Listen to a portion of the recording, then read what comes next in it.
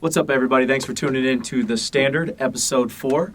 I'm here with my guy, Isaiah Wright. He was one of the first athletes I've ever worked with. He made a huge impact on off the field, myself and so many athletes around him.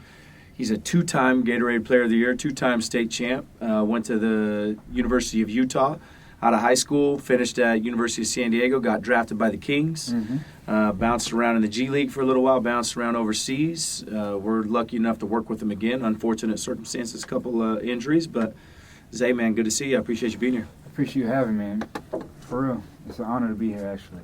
Yes, sir, man. Well, the big reason I wanted to bring you on here, we've been talking about it a bunch. This whole podcast kind of been leading towards that. You're literally one of the hardest workers I've ever been around, and the way you do that. And that's going to kind of be where I'm going to try to take us today. So really, if you look at your social media, one, I love it that you're not a huge social media guy. It's not great for the business, you know what I mean, because you don't post a ton. But the quote that you have on there, to me, hits crazy hard, and it matches you huge. So it's working silently somewhere in a gym. Explain that to me. Yeah, like you said, I'm not a big poster guy. I'm just kind of behind the scenes. I'm really old school. That's kind of how I was taught. And nowadays, it's kind of good to post stuff so you can be more exposed and get more exposure and all that. But I don't know. It's kind of like a thing where I feel like with that just working silently somewhere in the gym is just kind of like a quote that I liked. I don't know where I saw it from, but I just took it from it and just kind of went with it, and just put it on my IG. But that's kind of like how I view myself when I work. I'm always in the gym. Really am. And when I say I'm passionate about my sport and what I put into it, it doesn't show. People don't understand the behind the scenes of what you have to put in the work to get to where you want to get to. So when I say that, it's just it's just the unseen work, I guess, what I put in, and I know what I put in. I really don't care. I mean, my performance is always going to show with the work I put in. That's how I view it, and so I really don't care about people's opinion on you need to post more and that, because I know what I put in, and if I have the opportunity that shows itself, I'm going to take advantage for sure, because I'm going to be ready and prepared. So 100%. I think you've done that your whole career. You know, when did we start together? Man, that's a good question. I don't even know how we ended up meeting up, really, but I think it was probably my freshman year's 8th grade, maybe. I think it was freshman year. So I think it was 2010ish. When we first no. I think. No, not 2010. I would say then it must have been your sophomore year. Okay. Must have been your sophomore year. But I remember when we first started this, I loved basketball, but two, I knew I had to get the best guys. So I literally went and got you and Des, and I was like, if I can take care of those are two pretty good to start with, for sure. If I could take care of you guys, you know what I mean. I feel like we could get some more people coming in, you know. 100%. But what I didn't realize was how ready you were to work. I mean, you instantly made me get better at what I had to do, because Pops was there all the time. Yeah. Dad was intense. Yeah. You worked with Ed Boyce, one of the best Idaho coaches. You worked with Roberto, one of the best Idaho coaches. So it's the intensity and the level and the standard that you had to play at. Yeah. It made me real quick figure out okay, I got to raise my game for Isaiah real fast, just because of the level you were at, you know. Yeah. I remember. I think. Funny story I've told you before, but I think what kind of put us on the map with basketball when we first started was in the state championship. You fell down, you got your legs taken underneath you, you fell down on your hip, and your dad had you over. Had me stretch you out on the court at the Idaho Center. I remember that. A bunch of trainers got pissed. Trainers are still getting pissed to this day. And I mean, really, back then I had no idea what I was doing, so that was huge. You ended up winning it and winning Gatorade Player of the Year, so that was big time. That was sweet. Why, going back to, the way you work and you working in silence, I've always wondered, where it came from, because you have had some big influences. To me, your dad is an absolute stud, and at least he was to me, you know what I mean? Ed Boyce has had a huge impact on me. Roberto's had a big impact on me and off the field, you know what I mean? Yeah. But you've always just had this way that you work to where, and we just talked about it with Jake, who you're working with now on your injury, but even the way that you warmed up showed okay, this guy's here to get better, not here because somebody else is here or because the coaches are asking me to be here. And you do it on the basketball court as well, and you always have. You know what I mean? Where do you think that came from, and you know, why do you work the way that you do? Man, that's a good question. It definitely came from an early age. Definitely starting with my dad. Like, he always just kind of preached to me at a young age that wherever I want to go, I need to work for it. Really, like, if you work for something, that's with anything, just like with sports or medicals or whatever job system you're going to go into. He said, if you work towards it, you can get it. Like you got to believe in yourself, and he always kind of made me believe in myself at a young age in terms of what I wanted to do. And luckily, from a young age, I knew what I wanted to do at a young age because my dad played basketball. I always looked up to my dad, and when I picked up basketball, I loved it instantly. And so I just kind of took off from there with my dreams and aspirations and all that. I had big dreams, man, and I went for them, and I'm still going for them to this day. So, with that being said, I had a really good foundation in terms of my support system, my family, my brother. He plays a big role in that with a lot of stuff that growing up, I'm always with him and learning from him and his mistakes, and being the younger brother and being able to experience and learning from just little stuff that kind of made me be more mature at a younger age and stuff like that. And so, I was just blessed with a foundation of people. I had good word in my ear, man. There's nothing like everybody was very supportive and wanted the best for me, and it wasn't like a yes man group. It was like they told me, like, it wasn't a beating around the bush type stuff. Right. Like, they just told me straight up and what I needed to do, and I kind of just took it from there, what I liked and didn't like, and kind of created how I went about things and stuff like that, and it kind of made me who I am today now. So, you know how you talk your dad believing in you and wanting that best for you, like that was 100% my parents. Yeah. You know, I was not nearly as gifted athletically as you, but my mom and my dad, you know, my dad pushed me really hard to be, but my mom always was, I'm going to play quarterback in the NFL. I can do whatever I want to do. And still to this day, she thinks I can, you know what I mean? And I see these parents, it's tough to find the fine line now, me being a dad. You haven't seen it yet, but you know, but soon maybe. On the road. For sure. But these parents, they want. I really believe all these parents want the best for them. But sometimes it's like they put so much pressure on them. I don't know. It doesn't sound like, maybe I'm wrong from you. Like you had a ton of pressure, but it was like, okay, you want this, you can go get it. But if you want to go get it, it's not going to be easy. Right.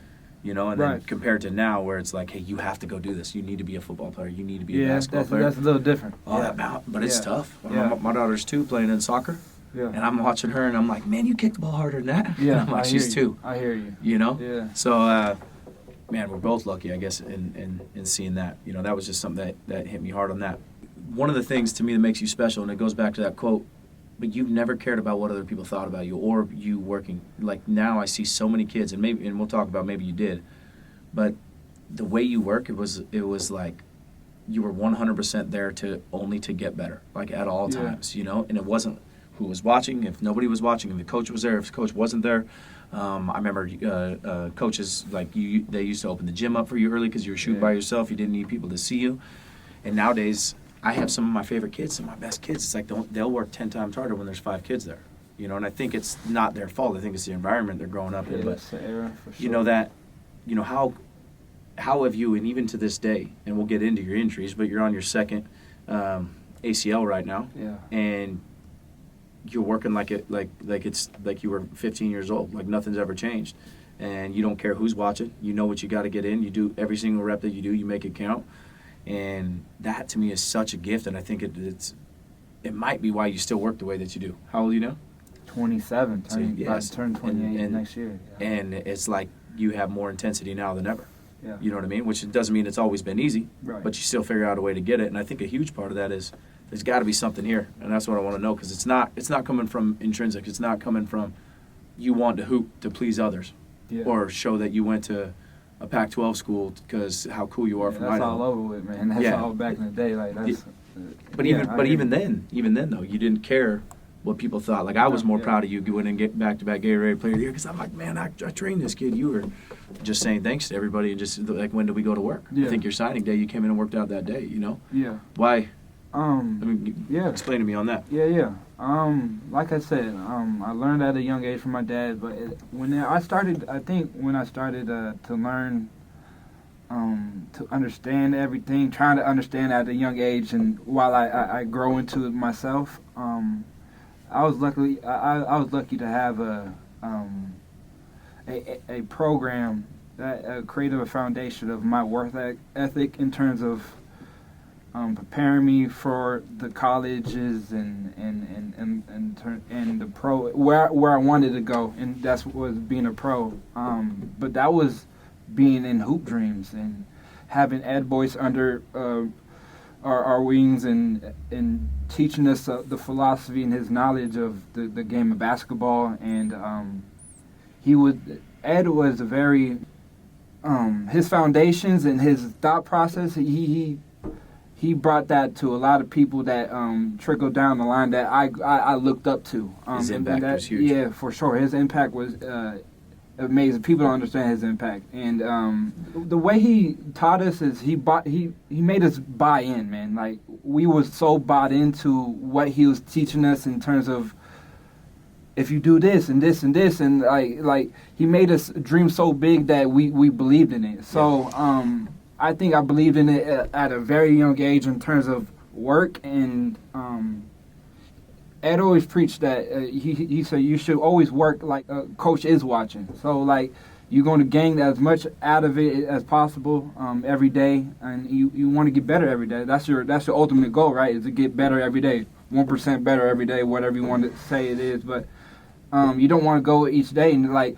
rewind and if you don't put in the effort, you're not going to get better, and you don't want to backtrack at all. Like that's wasting time. So I'm a big time management type of guy in terms of getting your work done, and when you're there, you're at work. It's your job, right? And stuff like that. So especially where I'm at now, like being a professional athlete, like you gotta be prepared all the time, because you don't know when the opportunity presents itself or whenever. So you got to be in shape all the time, and it's a year-round thing. You can't really take no breaks and stuff like that. And so I think that consistency that you've had with that it sounds like came from Ed. That's what separates it. It was, man. I really would give all the praise to him, and really.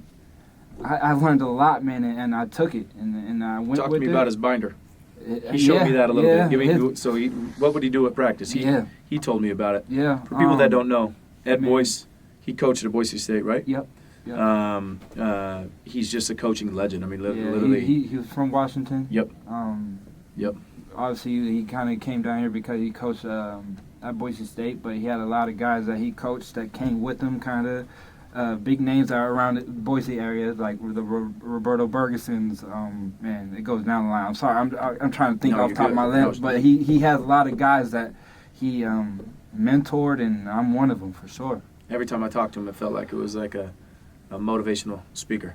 I was like, man, I should have paid for that. Man, and I'd be so bought in what he be saying. Like he had, like he's the only guy that kind of really, like, now I'm thinking about it over my years, that I'm like, when he talks, I'm sponged up. Like I'm trying to absorb as much as because he's the type of guy. He's a military dude too as well. So his discipline is uncanny like I ever seen. Like people understand his discipline level of certain things of how he goes about his life, and I kind of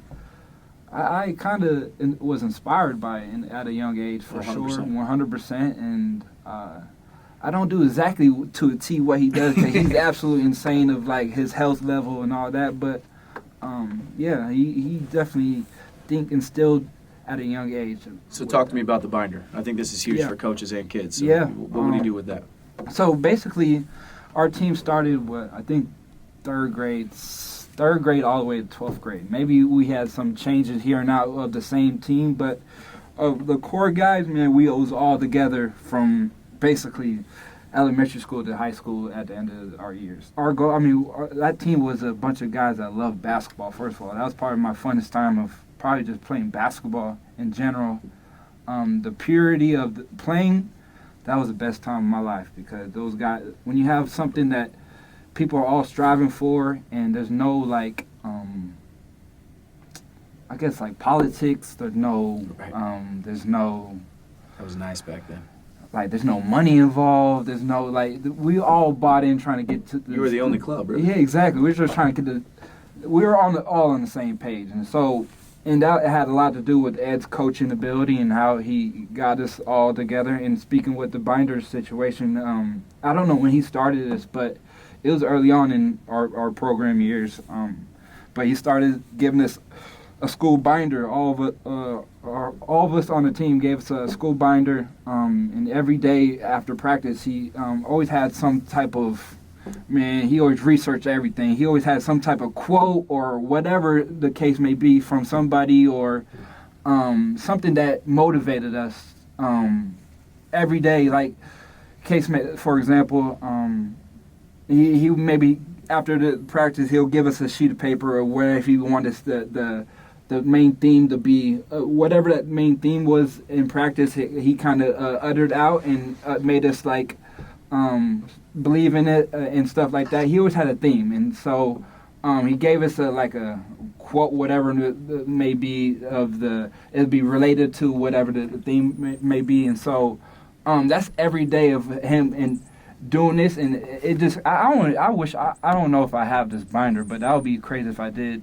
to see the stuff that he gave us and look back at it. But it was just stuff that was very inspiring. A lot of college athletes that they were quoted and made us believe in, he just made us believe he knew where we wanted to go, and he just made us believe that we can get there. And so he just gave us sheets of papers or whatever the case may be to inspire us, and it did. This is middle school when he's teaching you guys. This is elementary school. Crazy. Yeah, it was like elementary school doing this to us, and it just built up over years of building chemistry together, and it built up to what it was. So yep. And it was a really good program that we created, and I feel like a wave of basketball that we inspired a lot of people, for sure. 100%. So now let's kind of go navigate that journey where you did inspire a ton of people, I think. So first, you guys were one of the main clubs, or the only club in the Valley for a while. At the time. The men's and the women's teams were unreal at the times, on both sides. Yeah. You went to Bora High School. Yep. Won 2 state titles. Yep. When we off air, you were talking about you should have won all 4, right? Yeah. I feel for sure. But obviously, it doesn't go like that. Sometimes you got to take your lumps, for sure. You won Gatorade Player of the Year, and you're the quietest guy that's ever won Gatorade Player of the Year to me. You weren't flashy. You weren't nothing. You literally made everybody around you better. Anybody that's watched you. Yep. From high school, you go to the University of Utah, which out of the Valley at the time was unheard of. And Pac-12, give me a little bit on how your recruiting process went. How, maybe, what was awesome about it, what maybe you would have done differently, and why you chose Utah originally out of school. Mm-hmm. So over my high school years, my recruitment level was, being from Idaho, first of all, it's hard to get exposure from playing at your local high school, and because it's just, I don't know how nowadays is, but it was hard to get exposure just from playing high school level basketball. So there wasn't a lot of college coaches coming to and looking in Idaho's stomping grounds. And so at the beginning of my high school, it was kind of slow. I had probably BSU. It's about the background, my hometown college team looking at me at the time, and probably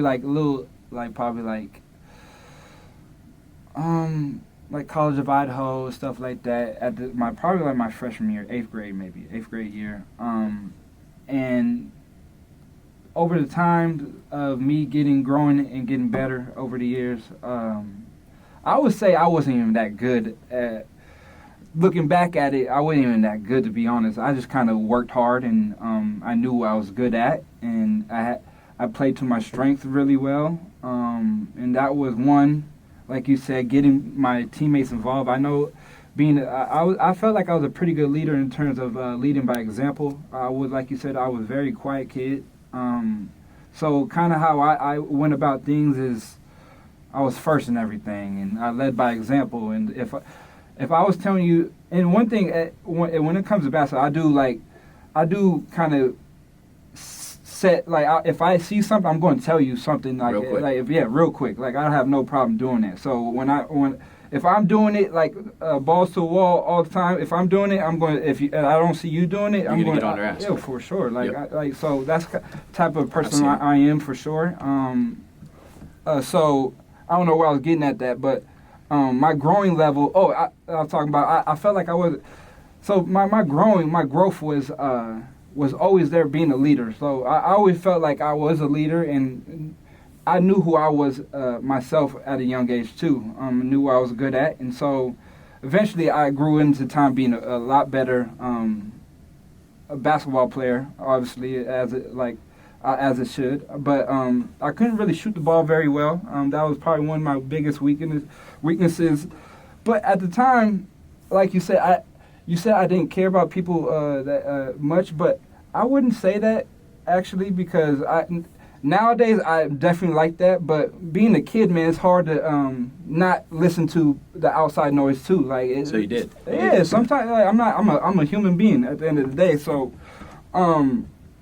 A lot of my weaknesses were at a young age was I couldn't shoot.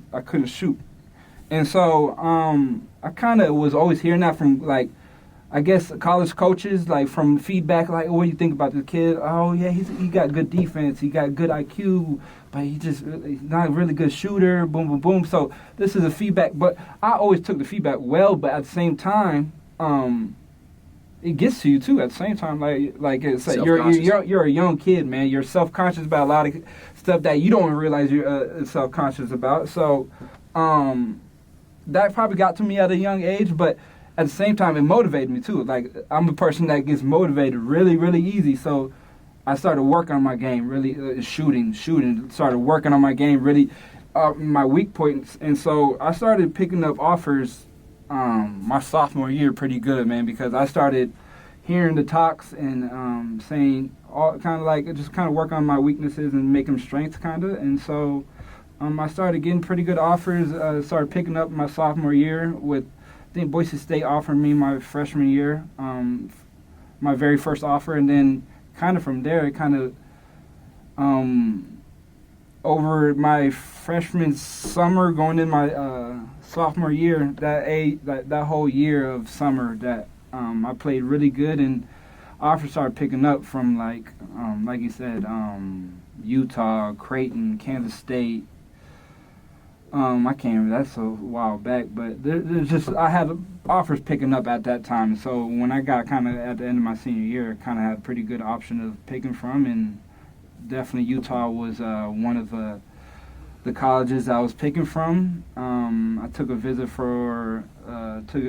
to Utah, Creighton, Kansas State, and Boise State. Those 4 schools I kind of ended up picking from, and then obviously I ended up kind of at Utah because at the time my thought process was kind of I wanted to test myself against a Power 5 school, one of the top conferences. I wanted to test my abilities against the best in terms of with athletes around the world, and so I chose Utah. It wasn't too far away from home, which was good for me because I kind of wanted to be close so my parents can obviously come support whenever they can. And to be honest, it was the best decision I made in terms of me growing even more as a person, made me and who I am today. Like, I met a lot of people that are in my life, are brothers from that team, and so I had a really good experience, and I got a lot. I think that's kind of my transition of when I went to college and was around the group of guys that we had. We had a really good team, by the way. But, you went to 16? Yeah, we went to Sweet 16 my freshman year, and Yeah, then I remember that. Sophomore year we lost in round 32, but we went to the NCAA both years, which basically we lost to my freshman year. We lost to the team that won. Duke won that year, so we lost to Duke in the Sweet 16. And the crazy thing is we should have won that game. We should have won that game. We was in foul trouble. I actually played a lot that game because our top point guard got in foul trouble. I remember that was one of the first years, like the elevated court. Yeah, we played at Houston Texan Stadium. And I'm literally watching my boy Zay out there on that elevated court. You had, Kuzma on that team? Kuzi, which didn't even play at the time because we had such a loaded team at the time, so which is crazy. Now look where he's at now. And so, but where I'm getting at, I learned so much, and I think my biggest growth from transitioning to when I decided to transfer to San Diego and take a bigger role at the time where I wanted to prove myself. And I grew as a person and even as a leader when I went over there because it was a whole different San Diego and Utah, a night and day difference in terms of school-wise, in terms of like resources and all that. Yeah. So it was a big jump for sure, and I had to switch the gears in terms of my resources. In terms of it was a lot different, but it made me a better person, and I'm glad I did transfer too. Some people say the grass was not green on the other side, and it was green on that side because I took advantage of it, and I wasn't discouraged of I wasn't so scared of oh, is this going to work? I made it work. I wasn't 100%. I wasn't going to let it not work. So that the transferring thing is tricky, and you hear a lot of times people throw the coach under the bus or throw the teams under the bus, and you just talked about how much you loved Utah. Yeah. Give me your thought process on that right now. Obviously, it's not the same transfer portal that we had now, but I mean, like you said, you were playing in the Sweet 16 as a freshman. Yep. It's not like you weren't getting minutes there. Yeah.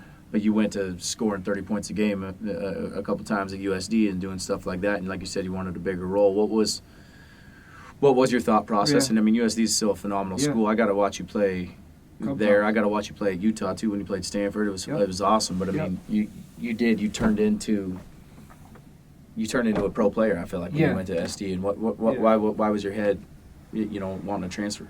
I think one, from being at Utah, we had a lot of pros on the team at the time. I think three out of the dudes that are playing are in the NBA, and then most of them played professional overseas and are still playing overseas. So I was around a group of guys that were playing at a high level, and I learned a lot by just practicing.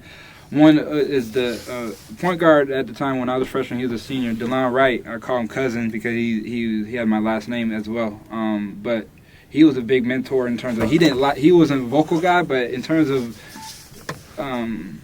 me just watching him every day and saw how he went about things. I learned a lot in terms of that aspect. And playing against him every day, he won the Bob Cousy Award at that year. That means he won the best point guard award in college that year, and so I got to play against him every day. So basically, I was learning a lot in terms of my growth, and my confidence was getting even higher because I was seeing myself at the level of. Sometimes you gotta see it to believe it type stuff. Like I was seeing it now at this point. Like I was like, all right, I'm hanging with these dudes, so obviously my confidence is going up now. So, at the 2 years that I was at Utah, I think first year I averaged 14 minutes, and then my second year I averaged literally. The funny thing is, kind of the exact same. It was an identical year of how my playing time was. So it was about another I averaged about 14 minutes again of my second year. And so my process of going through those 2 years, my first year I learned a lot in terms of playing behind the line, and so I had big expectation for myself going into that summer of my sophomore year. I had a big, I had a big plan in my head of not even plan, just I was trying to prepare myself for look, if you want to go get the starting spot, because I'm like DeLon's gone now, so like they need a guy to step up at the plate. And at the time, we had a 2 guard that it was a shorter guard at the time. He's about 5. He's 5'9", 5'10". He's probably like 5'10", and he's actually like a 2 guard. But at the time, they were thinking of putting him at a point guard, but I wanted to try to get that point guard spot and play with Brandon at the 2 spot at the time. So like I bust my butt to really go for that spot. And the crazy thing is, like, I was playing so well at the time going into my sophomore year. I actually got the starting job. Like I started 2 games for the first 2 games for us. I actually played pretty good both of those games. But a certain situation came up. Over the summer, they brought in a JUCO All-American point guard at the time as well. So that kind of was battling for the spot in terms of the starting spot. And basically, when I started those 2 first games, and we won both games, Coach K at the time pulled me aside and kind of like, he just pulled me aside like, look, I know what I'm going to get out of you because I've seen it all last year. I'm always going to give my full effort. I'm going to do what the best for the team and all that, man. I'm that type of guy. So, like, he kind of, I'm not going to say take advantage, but he kind of knew what he's going to get out of me. And so he kind of pulled me aside and, like, look, he's like, Zay, I'm going to need to pull you off the bench and start, the guy's name is Zoe. And I'm going to have to start Zoe, and because he knows he's not going to get as much out of Zoe coming off the bench than I am. So basically that time he kind of did a little switch, and our communication with me being with the coaching staff over there, it wasn't very good either. Like I wasn't really comfortable with the coaching staff at the time in terms of our communications and how they kind of, I don't know. I'm not trying to throw shade at anything. It was just kind of how I was feeling at the time. So when he kind of told me that I need to come off the bench, I started seeing like less and less minutes at the I had played 30 minutes and like 28 minutes at the time. So I deserve, like, it ain't like I earned a spot too. Like they gave me that spot because what I was doing in the summer, it obviously showed. They gave me I started and I earned it. So basically when I started seeing that over that whole season where my minutes would start going down and down, it made my confidence go down and down. Like I didn't know what I was doing wrong because I'm trying to do what's best for the team. I'm doing I'm trying to sacrifice a lot, and so I think after that year, my energy level was gone in terms of like trying to figure out what I'm doing wrong. And I don't even think at the time I was really doing nothing wrong. I think it was just a certain situation where it was a certain play was made, and he made that play, and he felt like Zoe was a better guy for that spot. And so and Zoe can hoop, like, and I don't think people understand how, like, we had a good group of guys, so it's not like I was like at a jealousy level either. Like I just kind of told myself, like, look, I'm not gonna really be playing games. Like I don't like people coming back to me, right, back and forth, making my confidence back, and like I don't like that. So I kind of like made the move of like, look, I kind of want to leave the ship and jump on another ship and see how that goes. And I went to San Diego, and it turned out the way it turned out, and it was a good situation for me, for sure. I love it. And sometimes it's not, but it was. Yeah. Yeah. And you know, coming with that, even there, I want to figure out how you got out of that mindset too, where you lost that confidence for a little while, and then going to SD, getting drafted, and by the Kings. Yeah. You know, but you've always had like this, and I don't know if, and I've talked to you about it before, and you always are super humble about it, but your patience and your calmness is like unbelievable. To where even on the court, everything's always chaotic and stuff's going crazy, and like games crazy. Even I remember when you were playing Duke, you know, and you still had a calmness about you, but you were crazy relentless. So it didn't take away from how competitive you were, but the calmness that you had and the patience. It's like you were in a flow state all the time. People talk about flow state. Yeah. It's like you had the vision. You had the I'm calm, I'm chilling, I'm here. I mean, you know where everybody's at on both sides of the ball.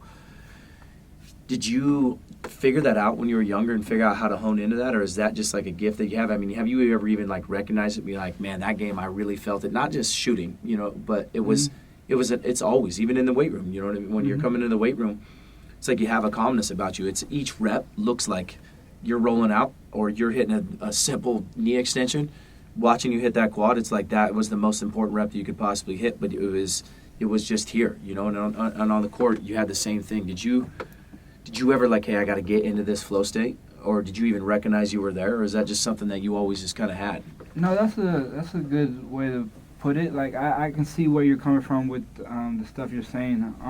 I maybe that comes naturally, but I would say again, maybe it comes from the Hoop Dream days of how I was, like the foundations I was kind of taught, doing all the little stuff, and so when he taught us all the stuff that prepared us for college and being a pro, I learned at a young age. The crazy part about it actually is when I got to college, the simplest stuff that I was taught at like my Hoop Dreams program level, and you'll be surprised how much guys that don't know some simple stuff that just comes naturally to you at the time because you learned that. But a lot of stuff I was taught, I was so lucky to be prepared for in terms of knowing where I need to be at, knowing what spot I need to be at, or and just little stuff like knowing what spot you need to be on defense and sprinting the spots and just give effort and stuff. Like if you give effort and you I'm not saying on 100 because sometimes you gotta think while give effort and you gotta be a good balance of that. So I think at a young age, and once I started knowing how to play basketball and knowing what sets are, and if you notice certain sets you get natural to and you start seeing and stuff like that. And so I think how I played is always at a calm level because I felt like I knew what was going on. I knew how to control the game. And that's what my biggest priority I need to do as a point guard is control the game. And I understand that in terms of getting my guys involved, getting us in the right sets and getting us in the right positions. And I got to be wary of that because I'm the point guard. And so that's kind of how I always played at a young age. And I think it just carried on throughout my years of me being confident with myself. And so you always got to be confident. If you're not confident, it's not going to work out for you because you're thinking too much. And you got to be free-minded. You got to and the crazy thing, I would say, what helps is Ed always preached that you got to visualize it. You got to have imagination when you practice with like no defense, or you got to imagine like there's defense, and you got to have imaginary mind of just simple like when there's no defense. Like if you make a move, you can't go straight because there's going to be a defender there, obviously, right? So you got to imagine like where defense is going to be on the floor and stuff like that, and there's obviously like the angles you take and stuff like that. And so he made us very wary of that at a young age, and I to this day I always kind of when I train I got to imagine like, for instance, like I said, I tore my ACL, and so I have to build my quad up as much as I can, and it's very hard to feel my quad right now in terms of, so I got to really try to, like, in my head and my mind, what I'm thinking is to just really, like, looking and trying to build that quad up, how right. Simple it may be sound, but that's kind of how I go about things and work. And I think that's huge. I think that's like, and I've joked about it with you about athleticism-wise. Yeah. But talent doesn't always get you everywhere, you know what I mean? Yeah. And I mean, you were obviously at the time one of the best athletes ever in Idaho, but when you showed up to Utah, you weren't the best athlete. No, I was not. When you played in the league, you always raised that you could always play at their level. Yeah. Because to me, your preparation. Yeah. And even though and so to me, that's huge for young kids to where, or even like me in business, where some guys were given, and I think about it all the time. Like some guys like inherited a company from their dad, or somebody got this or something handed to them, and I know that they're chilling. Yeah. And I know, even though I'm not there now, that I know if I keep working my ass off, I'm going to pass them. And I think for kids too, it's so hard to see that delayed gratification and like see that in the future, to where the growth every single day you got to put that in when you were younger, because then when you are all of a sudden with the highest level, they're struggling because they didn't have to do it just because they could jump 45 inches. Exactly.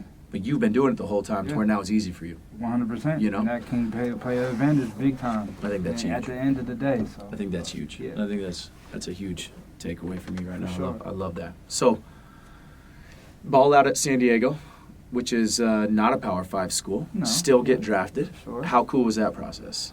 It was a great process. That whole San Diego experience, that, like I said earlier, I think that was my biggest growth in terms of me being a basketball player. San Diego at the time when I went in, how I got to San Diego, the coach at the time recruited me out of high school. He was at a different college. I think it was Santa Clara at the time. He recruited me, and so when he figured out I was transferring out of Utah in the portal, kind of hit me up. I had a couple colleges to kind of, it wasn't active at the time. When I decided to transfer, I didn't really have a lot of people wanting me. I maybe had a couple Utah schools, those Utah schools over there, and then a couple others. But the one I went with is the one that kind of had a pretty good relationship already is with the coach. His name was Sam Shaw at the time. His name is, but Sam Shaw, he recruited me at Santa Clara. So on the phones, I had a pretty good relationship at the time and felt good about what he was saying to me and stuff like that. Obviously, what he was saying, like how you recruit kids, and so what he was saying to me, and I felt good about it. And so kind of I went with San Diego because of the coaching relationship, how I felt about it, and it turned out to be a really good deal in terms of I didn't really do my research of how they were as a kind of like basketball record or anything. I didn't even do any of that. The crazy thing is San Diego won about 6 games the year I wasn't there, so they won 6 games, and then when I redshirted, I think they won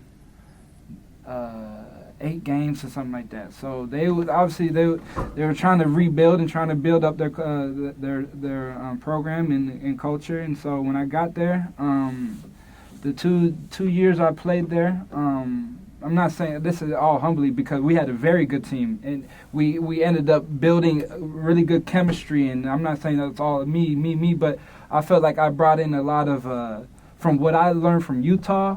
There wasn't a lot of culture set when I got there. A lot of guys were going to the beaches and in San Diego. You feel me? There wasn't like a lot of guys taking it. You feel me? And I told you I'm the type of guy that if I don't be seen, like I don't see you, you're gonna get on. I'm going to say something. Yeah, so I loved it. A lot of the guys, I'm not in. And a lot of guys that are hooping right now or that were on that team are still hooping too. But they just didn't get there wasn't a good culture that when I got to San Diego. I felt that like there wasn't no, what are we doing? We're just there to be there. That's how I felt like. Just hoping to hoop. You feel me? So I kind of had to bring a different intensity level in terms of when I got there. Man, I was setting the tone from day one. Like I'm in the gym. If you want to follow me. I'm telling you, I'm in the gym. And it turned out to be. Guys started trickling in the gym, playing open gym a lot. They barely played open gym at the time, and it started being more of a culture, and we're starting to get hang of stuff. And so that was my whole redshirt year. And so when I was ready to play, we had 2 redshirt guys. That me and another kid named Isaiah Panero was right now. He's doing amazing, he's playing professional right now. So we had 2 transfers coming in that. They had big expectations for, and the 2 guys that they were relying on us to kind of change the whole deal. And I believe the 2 years we was there, man, we won 20+ seasons, 20+ seasons, and it was awesome. It was awesome go around. So it was from them years, I got to. Obviously, be able to be honored to get drafted after when I got graduated to the G League. What's a draft day looking like on a G League? You know what I mean? It's stressful, man, because the G League starts a little later than all the other leagues overseas. So overseas starts about like September, August, like end of August, September-ish. So G League starts like end of October. So you got to wait a little bit to figure out what you're doing. So I knew I kind of wanted to go G League route, and so it's that transition is a little different in terms of overseas and whatever you want to go, overseas, G League, staying in the States, G League in the NBA or in the States obviously, and then all the rest. If you want to play professionally, you got to be overseas. And so I kind of wanted to be in the States and follow my dreams of always wanted to play in the NBA. Always, that's always been my dream as a kid, and so I kind of wanted to stay in the States and go that route. I didn't at the time. I didn't know how to do that, but luckily, when October came around, I got into the draft portal. Really didn't know what I was expecting. Really didn't get no phone calls of interest from my agent at the time. I think he was talking to 2 teams that were maybe saying they're going to pick me, but and they didn't end up picking me. But long story short, never did even hear from Stockton Kings at all when they drafted me. I think I got drafted 2nd, 3rd round. I don't know exactly. I don't know exactly, but they drafted me, and when I got drafted, like it was a proud moment because like this is all I've been working for, and obviously it's not done yet, but this is just a part of the journey that I get to finally start my professional career. So at the time, I was super ecstatic. And the crazy thing is, like I said, I didn't hear from them or nothing of how they were interested in me. But how it all came about is Isaiah Pinero, the redshirt that I redshirted with, they actually had a high interest in him over the years. And so they had seen a lot of games for IP. So obviously they seen a lot of games that I played with him too. And so he was already on. I don't know. He was already kind of like, it's not like a two-way, but he was already kind of like on a deal with Sacramento when he got graduated. So I think I know like they see me, Isaiah Pinero play together a lot, and so that's kind of how I think they knew who I was and kind of had interest in me because of what I was producing at San Diego with at the time. So and it turned out to be pretty good. The scenario when I got drafted, crazy story actually.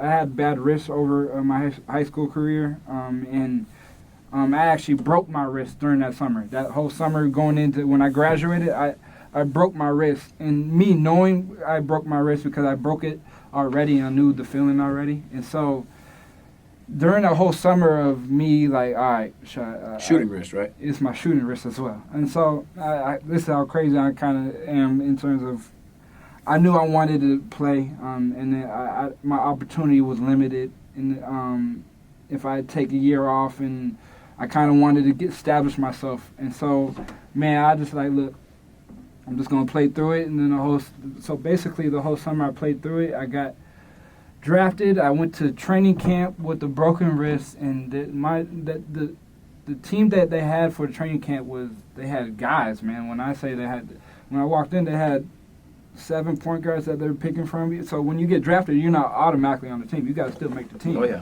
So they had I'm walking the locker room. They had all the names around the locker room. I'm seeing about 7 point guards already in the locker room. So I'm like, oh man. So I already knew it was gonna be a rough one because they had some guys that already played in the NBA, like a Tyler Ulis that played at Kentucky. They had Kyle Guy that played at Virginia. Some dogs. They had dogs, man. We had Gabe Vincent that is not on the Lakers right now. They had dogs that I knew that I was at a disadvantage, but man, I was prepared because all the stuff I did at a young age and my knowledge, my basketball IQ knowledge of knowing how to play, I wasn't really worried about. I just knew how to play. So in training camp, I'm playing defense. I'm doing a lot of little stuff and a lot of talking and So basically, what got me on the team, and I made it. So, moral of the story is, I made the team just by basically effort, will. I was barely shooting the ball because I can't really shoot the ball. I barely can dribble the ball because it hurts when I dribble on my right hand side. So I had to really, I don't know what I was doing, but I had to sacrifice a lot to get to where I was at, and I did, and I willed that into existence. And That's awesome. That year it was COVID as well, so I didn't end up playing the whole year because I ended up playing like 10 games. It started about 8 games with a broken wrist. That's my shit. That's awesome. And basically I finally told him, I kind of finessed the whole thing. I finessed the whole deal. I'm sorry, but I knew I needed to get my wrist checked out, and then finally got it checked out, and it was broken on the X-ray. So luckily, that's when COVID hit though. So when I literally was, I said I need to go get my wrist checked. Like probably like 2 weeks later, like the whole thing kind of like shut down. So it was kind of a good deal for me to obviously get healed and all that, and so that's kind of how that all came about with the whole G League and stuff like that. So. Well, now let's catch up to where we're at now. So right now, Isaiah, you're dealing on your second ACL. Yeah. Which is terrible. Your first ACL, you were bouncing around, which you had to kind of figure out how to rehab yourself a little bit, which it's crazy with a lot of pro guys that are overseas, or if you think of like a baseball player in the minor leagues and stuff, sometimes you're kind of up to your own doing it. Yeah, your resources is limited. Yeah, for sure. So you tear it a second time, 27. You reach out to me like I was so juiced, but at the same time I was like, shit, torn ACL. Come in, you were down. It's tough. Tough. You don't know what's. I can't explain the mental altitude that I've been through, and just for all athletes that are injured, it's your livelihood. So as of right now, it's my livelihood. So it's hard on the mental.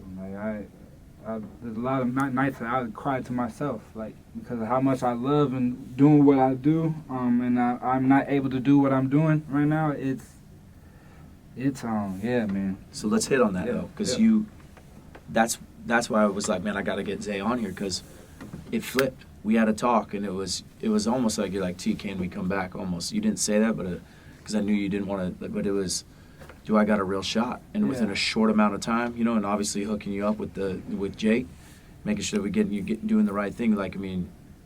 You start picking up a basketball again. Yeah. And it's not easy, and nobody's watching. And you kind of had to finesse this too with your agent, with overseas, and when you let people know too. But like you just said, how hard that is. What's getting you through right now? And that's why I wanted to bring you on right now, because everybody talks about how they got through it. We're going through it right now. 100%. Like you in the thick of it right now. You know what I mean? How are you feeling, and how come every single day you're there for 2 hours, if not more, Saturdays, and shooting on your own and dribbling on your own and still working, like I said, like you were when you were 15? Yeah. Why? Why, man? I know you probably haven't thought about that, but why? It's unbelievable to me.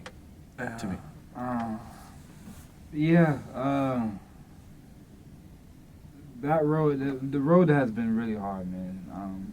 Because obviously I want to play as much. I want to play basketball. Obviously, how much I love it. But me going through this is making me a better person. It's making me know myself even more during these times, and so I think what's motivating me is just proving to myself I can get back to a level that I feel like a lot of people that haven't seen that my true form of basketball, because my career has been so on and off in terms of, it hasn't been a consistent flow of things, and where I can play every year to get better deals and stuff like that. And so when I did my first ACL, I was overseas. I was in the Middle East, in Kuwait. I got a deal over there where I was over there probably at the time probably 3 or 4 months maybe before I tore my ACL, my first one.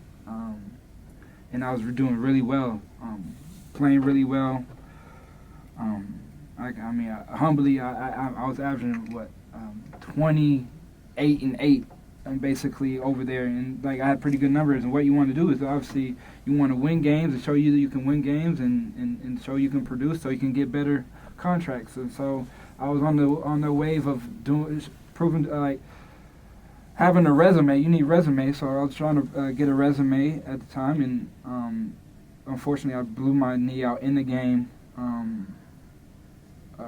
in Kuwait, and so my first rehab process of going through that whole year, getting back, I didn't have a lot of resources in terms of, I was really limited on my resources, so I had to do a lot of things by myself, and so I don't know, I would say that I did the most that I thought. I did the most that I can do. I was working my ass off every single day. I don't like people don't understand. Like I worked, so I got to a point where I was feeling pretty good. I did go to one of my friends over in California, work with him a little bit, but mostly I did everything by myself, that whole rehab process. I think at the time my insurance, I turned 26 at the time, so I'm not on my, so I didn't even go to PT at the time. So so that whole year of me rehabbing, I was really feeling actually pretty good. Like I was feeling, I'm confident right now still, but at the time I was confident. Like I was feeling strong. I think I was fully done with my full process of, I guess, so-called, the doctor said I'm fully recovered. You never know really when you're fully recovered, actually. Right. So, but I was feeling good. Basically, this whole go-round getting ready for this year, actually playing this year, I had a couple offers that I was getting ready for. And I just kind of blew my knee out again in terms of I blew it out in playing 5v5 out here, just trying to get, just get working. Like you gotta I gotta get conditioned myself and be prepared. So that's what I was doing, trying to get ready for a job. But unfortunately it happened again, tore my ACL again. So right now we are probably like 3 months and some change in with this second surgery. So it's been rough, man. Like you said, when I did hit you, that was, I don't know how many weeks in of my surgery, but man, when I tell you, man, I've been in some dark places just trying to figure it out and how I'm going to get through this. And it's definitely it's not easy. Like I may be short sometimes, but like I've been going through it because I'm not doing what I love to do, and that's my passion, man. I don't think people understand how much I love playing basketball. And I think what that comes to, like you said at the very beginning, you're trying to prove to yourself. Yeah, and I think that's what it all comes down to, man. And everybody's trying to do stuff for somebody else. I can still hoop, and it had nothing to do with nobody else. To be honest with you, it had nothing to do with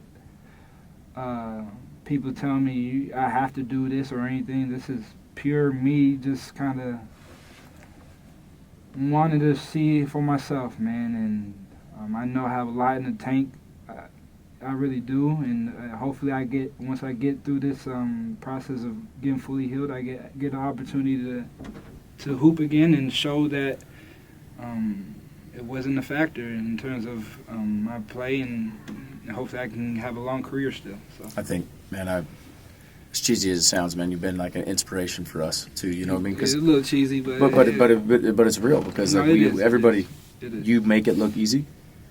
And you make it look like you're not going through anything because of the way that you work, and you never complain, and you pick others up, and it's like deep down we know you're going through it, and it's cool to hear that the reason why you're getting through it is because you're just pushing yourself, and I think that's to me that's huge, and that's something for me to learn from, because I still sometimes you're like you're doing something like, oh, what are they thinking or what are they doing, and I think that's something that we all got to think about. And we tend to get on that stuff. Which I don't see you do much. At least you. I tried not to. And like I said, I'm a human being. But with this form of myself right now, of me going through this process, man, I'm just kind of knowing myself more. I'm actually getting a lot happier. And I have something I know I need to work towards, and give me something to rely on in terms of me getting back to it, and to look forward to, and so. Well, I appreciate you, man. Yeah. Thanks for everything, man, and let's keep rolling. Yeah. We're gonna get back. I'm excited. For sure. Appreciate you, bro. Man. I appreciate you. Thanks, Zach. Yeah.